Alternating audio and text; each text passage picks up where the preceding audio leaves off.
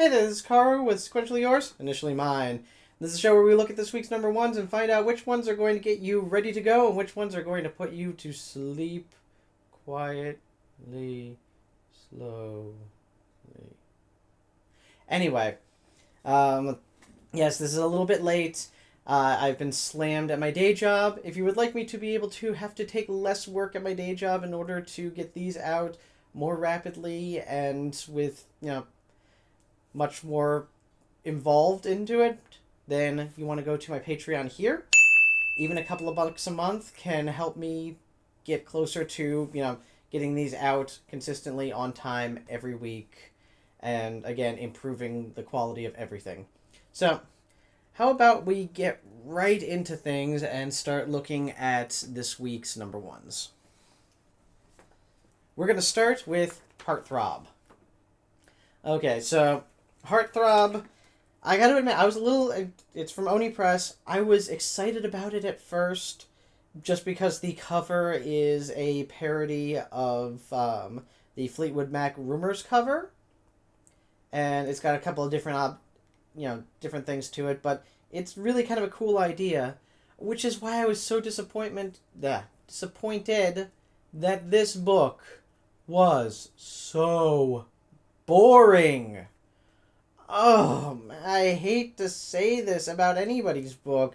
I'm sure that... and no wonder... Oh, I just realized the alternate cover, one of the reasons why I liked it so much, Rumors alternate cover by Jamie McKelvey. No wonder, because that was the best part of this. But Christopher Sabella, writer, illustrator Robert Wilson IV, color by Nick Filardi.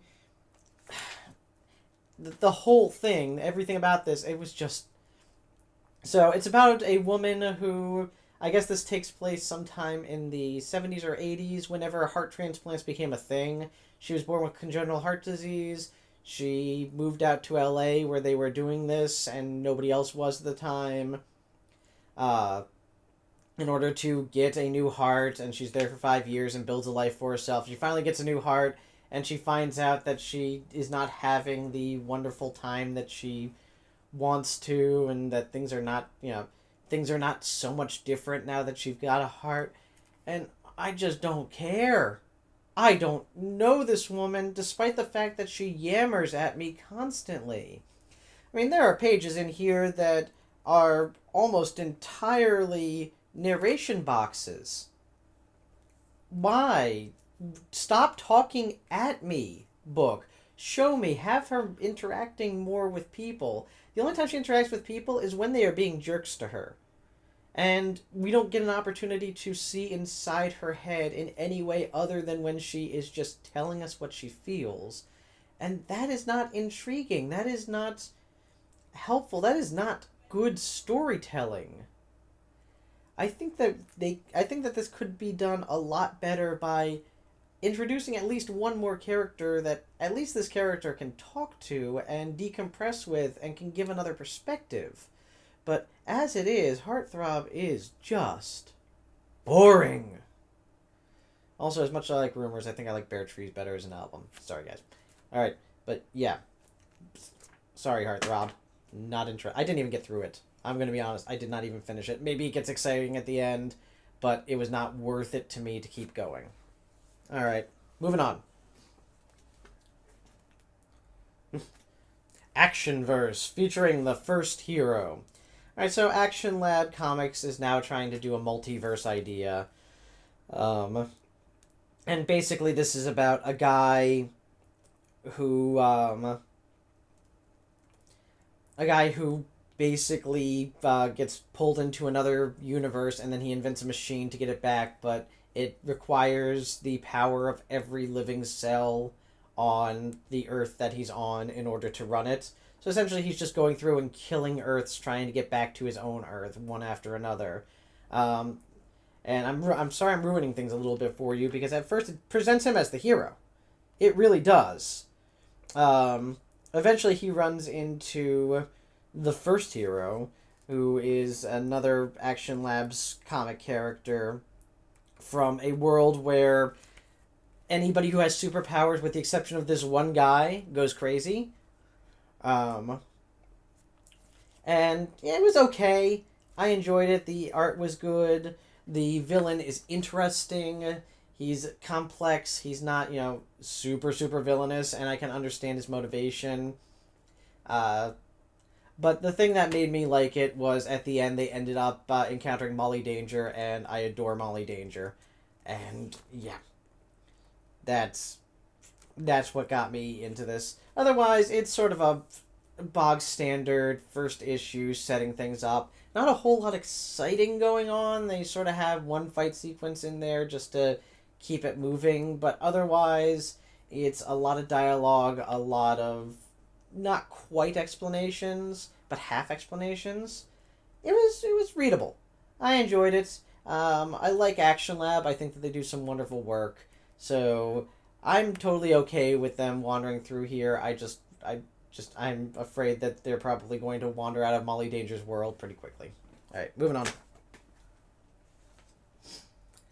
Magnus the Black Mystery, Black Road #1, The Holy North. All right, when you use the word mystery, that means something. Black Road is about. It's apparently part of a series about a guy called Magnus the Black, who is a Viking, I guess, a badass of some sort. He walks around. He uses swords and axes. He has a beard. He protects people for money, so I guess he's a mercenary. In this case, he's hired to bring a cardinal along the North Road to some other place because the North Road is super dangerous. In the meantime, though, the Christians are, including this cardinal, presumably, are kind of swath of destruction and terror throughout the land. Um, it was, I guess it was a kind of bog standard medieval action comic.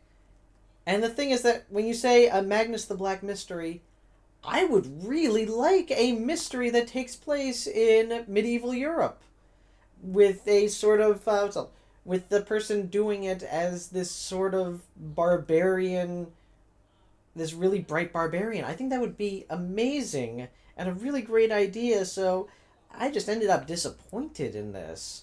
The artwork is so. It's a little grainy for my taste. And the landscapes are not particularly great, but it's not terrible by any stretch of the imagination. I understood what was going on. I could see it. The art supported the story. It's just that the story was not really that great or that interesting or even that original. And it could have been. It really could have been. Again, when I think of, sort of the old style mysteries, one of my favorite comic book series is or not comic book, a novel series is a mystery series that takes place in Edo era Japan from this, and the detective is a samurai who the shogun has empowered to solve mysteries, essentially. So it puts limits on it and it changes the setting a little bit. And in this case, yeah, this is not a mystery. This is just strong swordy guy sorting at things on the dangerous swordy road. Whatever. Jackpots! And yes, I try to always pronounce exclamation points if at all possible. This was actually a really good way to start off a comic. This was a good #1. It gave us all of the characters that we needed. It gave us an idea of what they do. Essentially, it's a heist team, for lack of a better term. There's a guy who uses who uses a skill at poker to distract the bad guy while somebody else is sneaking into his office and stealing something, and yet another person is doing this, another person doing that. And you get to see how they all work together in a sort of Ocean's 11 sort of way, and I love those types of stories, so I was really attracted to this one. It's I keep bringing up Aftershock Comics. I keep bringing up how they are kind of hit and miss. This, I think, is a hit. This is one of their big-time hits. so far. I like these characters. At the end, we find out that who we thought was the main character is not, which it was actually a really good twist and really well put together. I was impressed with Jackpot. I enjoyed Jackpot. Um, the art is what's up? The art's very clean, which I like. It's a little cartoony, but in a good way. You can tell that it draws a little bit from Dick Tracy, just in the way that people's faces and heads are shaped, but not too much so. It also has kind of a Miami Vice vibe to it, in the coloring, which I like. They're not afraid of pastels. They're not afraid of using, a full color palette. All in all, yeah, it's for a number one. It does everything a number one needs. Gives us who the characters are. Gives us one self-contained adventure. Gives us a hook at the end that is not necessarily related to that first adventure, and makes me like who is in here. So, I'm looking forward to number two of that. All right, next, Xena Warrior Princess, first issue. This takes place. Xena and Gabriel were put to sleep essentially for I think 25 years. What is it? Yeah, 25 years enchanted sleep, and they wake up and things have changed a whole lot. But of course, other things haven't. If you like Xena, you're gonna like this. There's not much I can say about it. It captures the character well. It captures all the characters well. It gives a fairly reasonable Xena plot to run with. Bad guys who are really good guys who are bad guys. This, that, and the next. It's there's flashbacks to an earlier episode. Yeah, it's like I said. There's not much to say about it. It's good. If you like Xena, you'll like this. Moving on. All right, Star Wars C-3PO. This has been trending on Facebook for me for about a week now because everybody's talking about it. This is how C-3PO got his red arm, which is, yes, in here and really kind of cool, actually. This is a one-shot, so it's easy to read. It's a number one, obviously, but it's a one-shot. But the red arm thing is probably the least interesting thing as far as I'm concerned. Plot-wise, C-3PO and a bunch of droids crash land. The human captain of the ship that they were on is now dead, and they have a droid who has information on where the recently captured Admiral Akbar is being held. Basically, they captured a First Order droid. They need to get from where they are to another ship on a different part of the planet in order to get home. And at the beginning, it was okay. In fact, I didn't even really like it that much at the beginning. It felt a little plodding. That being said, as it went on, it started really exploring interesting questions. One of my favorites being, most of them related to the nature of droids, but one of my favorites being, what does it mean for a droid to be on a side? I mean, if C-3PO were captured by the First Order and had his memory erased, would he not then be a First Order droid? What makes a droid capable of choosing a side, and can a droid choose a side? Can they make a decision? All those, things, sort of satirical ideas about, droids are slaves, and, because they're sentient and this, that, and the next thing, this sort of touches on that idea a little bit.